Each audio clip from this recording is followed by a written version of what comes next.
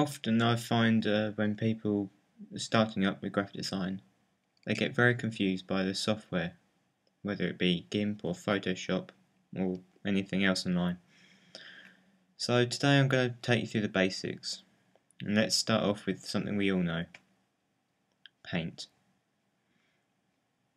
Something we've all got on our app stuff, although you won't on a Mac, you'll have something similar.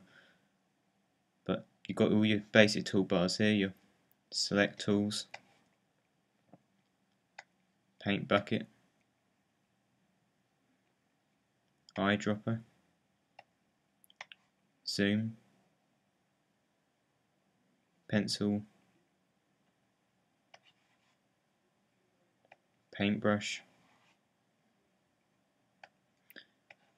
airbrush, and so on. All very simple to use, and it's something that you're all used to. Simple toolbar, simple colour palette.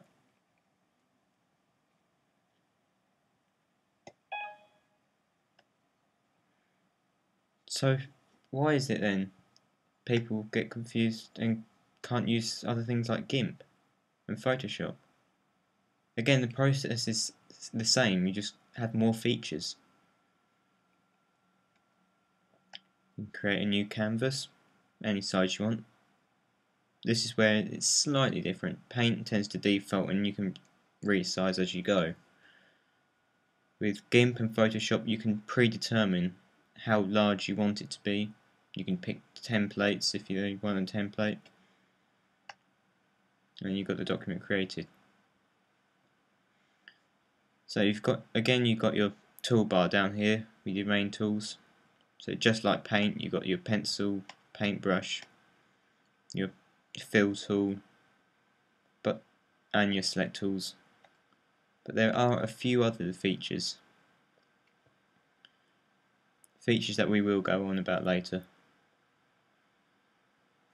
Just like with paint, you've got your bits up here, all pretty standard.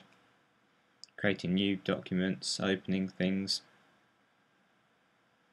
pasting, all pretty standard. But this is where it differs. On the right hand side you've got a new palette, or toolbar if you want, and it does correlate with what you've got over here. So if we go for a brush, I can then take a look at the brush features here and pick whatever brush I want.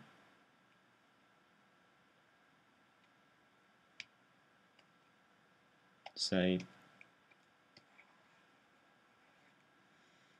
paint on my canvas. If I wanted to put text on there, again, text tool. For short time I've got the fonts all here, so I can pick which one I want easily.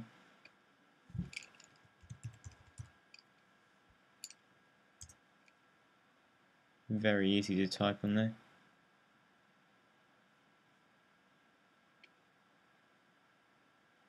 As you can see, it's each time there's something new is going on the new layer.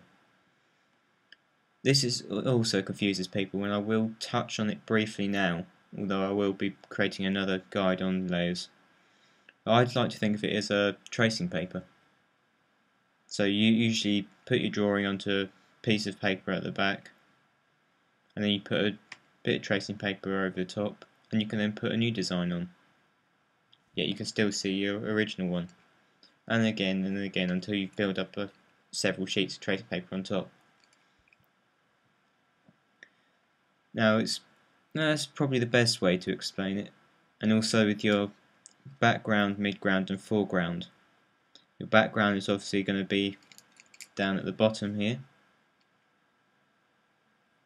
Your midground, anything that you want in the middle. Sometimes you put your what you want the viewer to see most of all there. So if it's in, say, tag or signature, I could put like a Gears of War character there, and people's eyes will automatically go to that. And then you've got your foreground, something that you just want to help blend your focal piece in with, or perhaps you even want your focal right at the very front of the image. Helps provide a depth to the piece and also blends things in easier. So what other features do we have that differ from paint? Well, we've got the move tool, because being on different layers we can move each layer individually. So I can move this text around wherever I want. Just the same with this. I can move the background around. I can move this around. I can rotate the piece.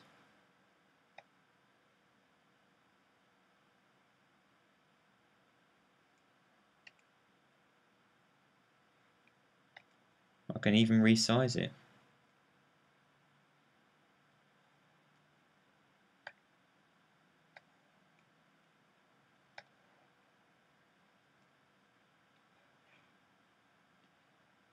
Resize to whatever I want.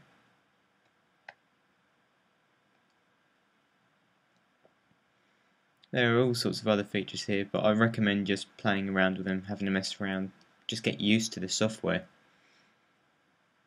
Once people get used to the Gimp, if they really want to continue on in graphic design, they may look to using Photoshop.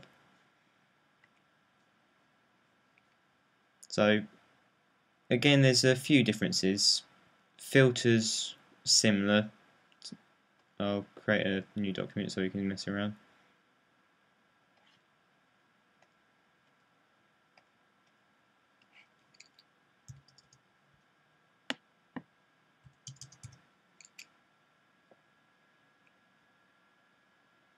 So again, filters, as I say, are similar to the Gimp ones. All the sorts of nice little effects that you can add. You can blur parts of your layer or entire image if you want. Sharpen, distort. There's a whole host of things that you can do. But the difference is Photoshop is more non-destructive. With Gimp, if you want to apply an effect to a certain layer, such as you want to change the colour on it quickly, but you want to be able to go back and forth really easily between it. So let's just say we've got black there, and we want to change that to red. I can double click on the layer, and I've got a whole host of effects that I can just attach to this layer alone. And very easily I can just turn it on and off. With Gimp, that is more restrictive. Find if you want to do that, then you'll be wanting to probably go to the colorize or one of these other filters here. Invert it.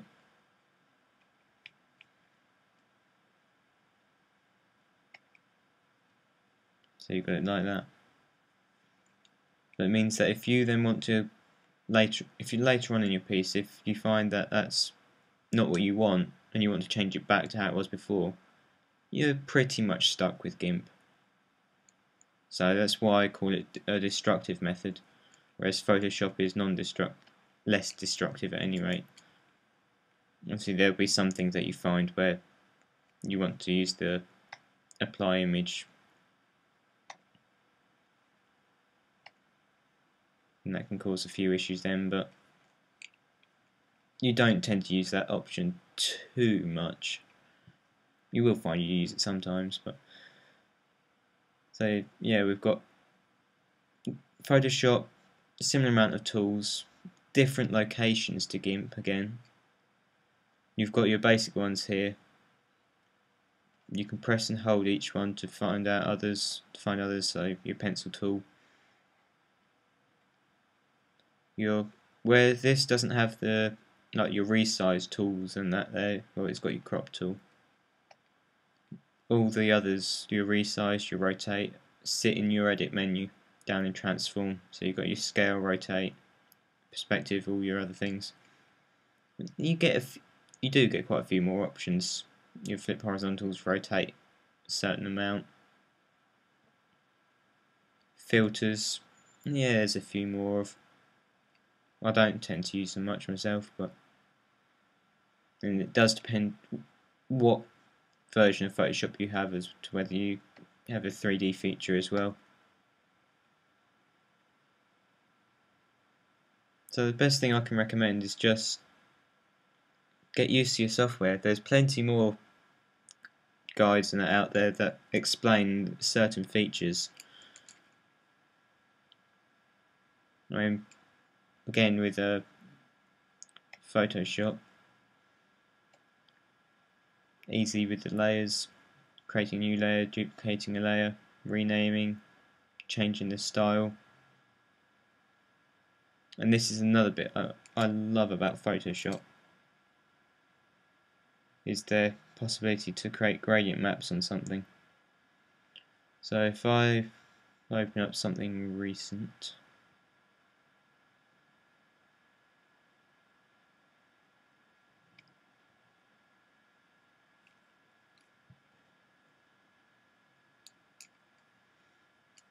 take this logo for example. At the moment it's just that red, blue, red again, very simple, but if I wanted to do a layer adjustment, say a gradient map,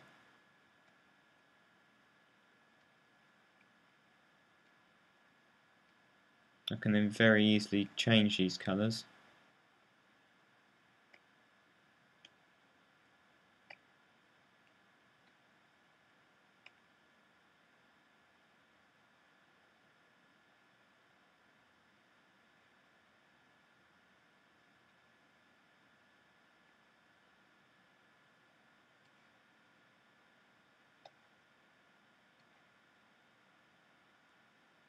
And keep adding and changing back to my heart's content. I can take it so there's only one colour that goes to transparency. All sorts that can be messed about with. And the great thing is that whereas on Gimp that would be locked to a layer, and if you wanted to go back and edit it, you're screwed pretty much. With Photoshop you can just hide that certain piece, you can just delete it straight off.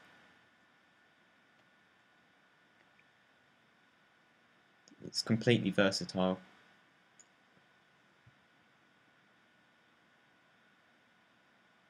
So as you can see, it's got more features than going back to Paint, but the basics are still there. You've got your toolbar on your left hand side with your paint bucket, your paintbrush and that kind of thing. You've got with this version of Photoshop, you've got your swatches straight there, like your colour palette on Paint. And you can change it to other methods as well. It's just more features basically that allow you to do things easier and be able to edit easier as well. It's just the whole process of try and make it as user friendly as possible. And if you do make a cock up, it's easier to go back and fix it.